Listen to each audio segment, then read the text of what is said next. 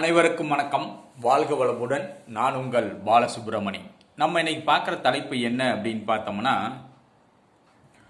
உங்களுடைய தொழில் முன்னேற்றம் அடையவும் வருவாய் அதிகமாகவும் பெறுவதற்கும் நீங்கள் என்ன செய்யணும் அப்படிங்கிறத பற்றி பார்ப்போம்.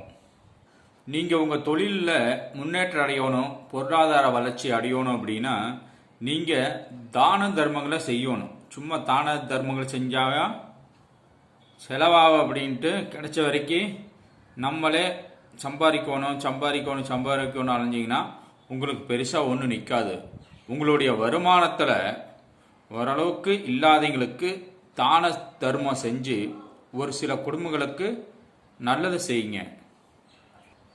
அப்படி ஒரு குடும்பமோ 4 குடும்பமோ 4 பேர்த்துக்கோ தான தர்மங்கள் செஞ்சு அந்த குடும்பத்தை ஓரளவுக்கு உங்களால் முடிஞ்ச அளவுக்கு காப்பாற்றிக்குவாங்க. உங்கள் தொழில் முன்னேற்றம் தானாகவே சிறப்பாக போகும். வாழ்க வளமுடன். நன்றி, வணக்கம்.